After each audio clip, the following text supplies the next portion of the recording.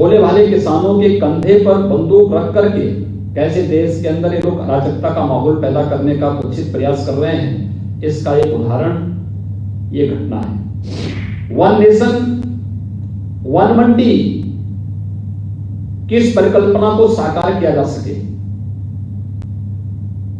और आज वही दल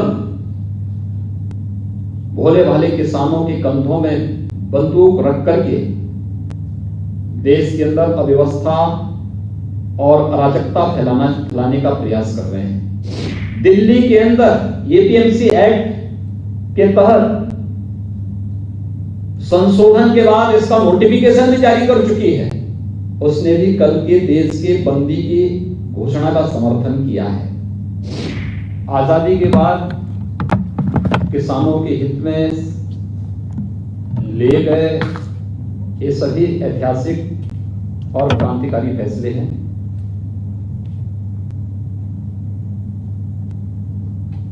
कृषि संबंधी सुधार से जुड़े हुए जो महत्वपूर्ण बिल केंद्र सरकार ने उठाए हैं,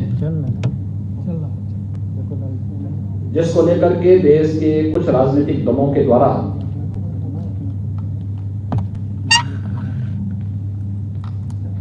वातावरण खराब करने का प्रयास किया जा रहा है।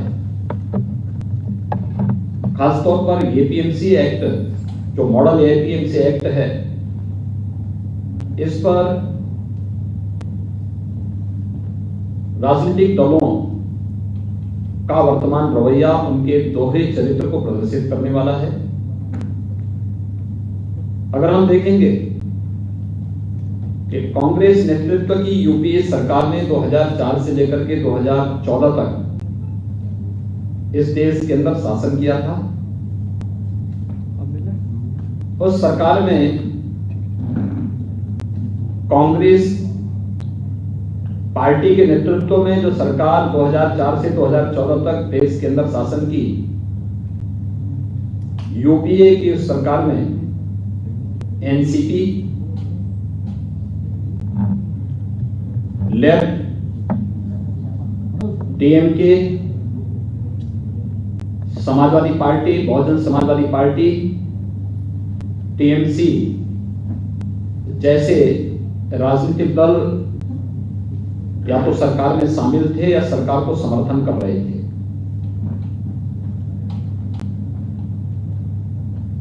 उस समय यूपीए सरकार ने 2010 और 11 के समय देश के विभिन्न राज्यों को पत्र भेजे थे, और खासतौर पर उस समय के कृषि मंत्री श्री शरद पवार जी ने पत्र भेजे थे मुख्यमंत्रियों को कि स्टेट का APMC act, agricultural produce marketing committees act,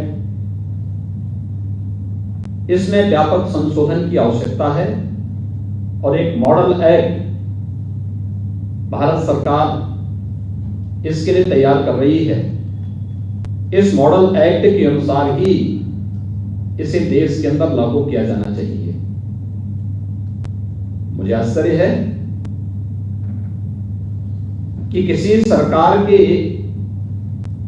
कृषि मंत्री राज्यों को पत्र लिख रहे होंगे तो बगैर शासन के मुखिया के या जिस पार्टी के नेतृत्व में सरकार चल रही है उस पार्टी के मुखिया को इस बात की जानकारी न हो, ये बड़ी अजीब सी बात है। भोले भाले किसानों के कंधे पर बंदूक रख करके कैसे देश के अंदर ये लोग अराजकता का माहौल पैदा करने का कुत्सित प्रयास कर रहे हैं, इसका एक उदाहरण ये घटना है। यही नहीं, यूपीए सरकार या कांग्रेस और उसके सहयोगी दल भले ही किसानों को अपना हथियार बनाते रहे हों, लेकिन किसानों के हित में कोई भी महत्वपूर्ण कदम उठाने में सदैव संकोच करते थे या उनको उसके बारे में कोई सोच नहीं थी। जब कृषि संबंधी सुधारों को मोदी जी के नेतृत्व में अभी लागू किया गया। लागू होने के पहले स्टैंडिंग कमेटी में, यानी संसद की कृषि संबंधी जो अस्थायी समिति होती है, उस अस्थायी समिति की बैठक में पहले इस पर विस्तृत चर्चा हुई। अस्थायी समिति की बैठक में भी अकाली दल ने, समाजवादी पार्टी ने,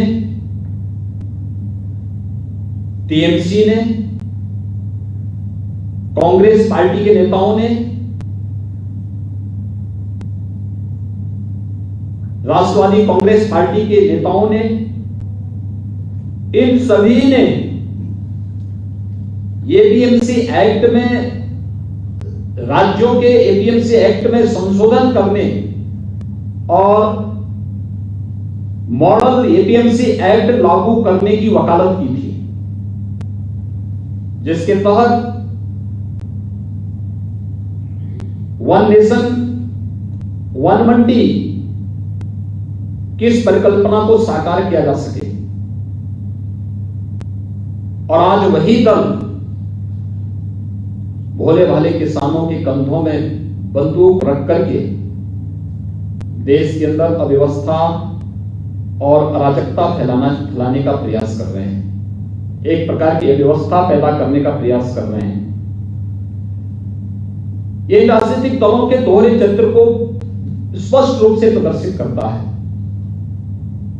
और इसलिए मैं आज के इस अवसर पर इन सभी राजनीतिक दलों से मैं कहना चाहूंगा, चाहे वह कांग्रेस पार्टी हो, सबसे आश्चर्यजनक तो यह है कि जो आम आदमी पार्टी दिल्ली के अंदर एपीएमसी एक्ट के तहत